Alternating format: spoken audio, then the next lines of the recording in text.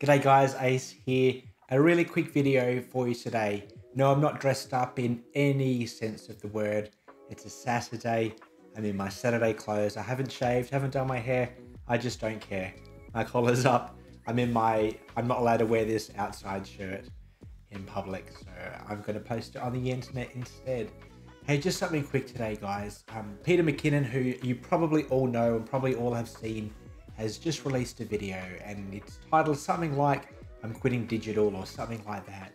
And he talks about how he's started to shoot film again. He's shot his first roll of film after a decade or so. And I just loved it. And I wanted to talk about it as a photographer, as someone that loves film, as someone that thinks Peter McKinnon is amazing.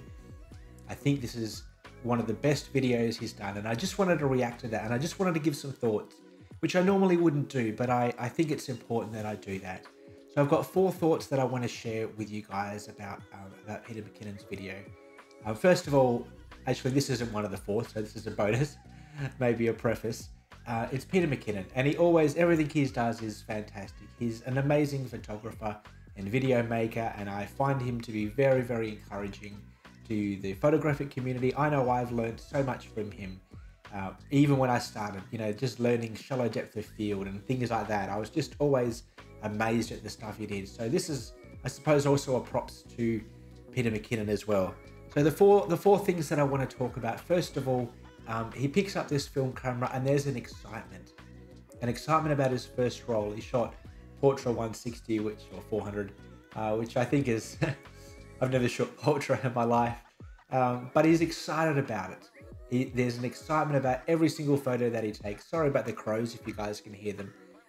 And you can't help but get excited. He's taken probably millions of photos in his life, but to be focused on 24 or 36 photos and be excited about each and every one of them, I love that. And that's a feeling I still get. When I self-develop my black and white, or I hand my film into the lab, I get so excited about seeing it back. And I've done dozens of rolls of film. That excitement is something, as someone that shoots film, it never gets old, and I love it. And I love that he's excited, because I think he could have been really critical about it. And his photos were bangers, by the way. I just need to say that. So excitement, which I love, and I think that's something that as film photographers sometimes can get lost, in the cost of film, and we can all get a little bit serious. The second thing I love is it's all about the composition and the shot. And which he does so well naturally. He's got a very well trained eye. He's out with the fella, and I can't remember his name, I apologize. But composition and noticing those things that you just seem to notice as a film photographer, and I love that. Composition is something I'm constantly working on, and feel like in my own film life, photography life, I've gone through maybe an evolution in how I've been shooting film and the composition. So that really, he didn't say that, but that came through, that he was really focused on retraining his eye for film compositions. And I think that's so important. I see some film photographers and their compositions are crap. They're really terrible. Why did you waste all that money on these terrible compositions? I'm probably one of them. The third thing I like is that he wasn't a film gatekeeper. And not that there's too much of this in the film community, but it is there, where there are some people that are just gatekeepers. They just knobs about getting into film photography, and that does not come across at all. It's a, let's try this, let's give it a go, and maybe it's that excitement as well.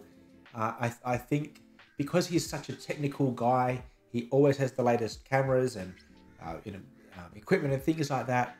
I think he could have been a real gatekeeper, but he wasn't. He was just so fantastic about it.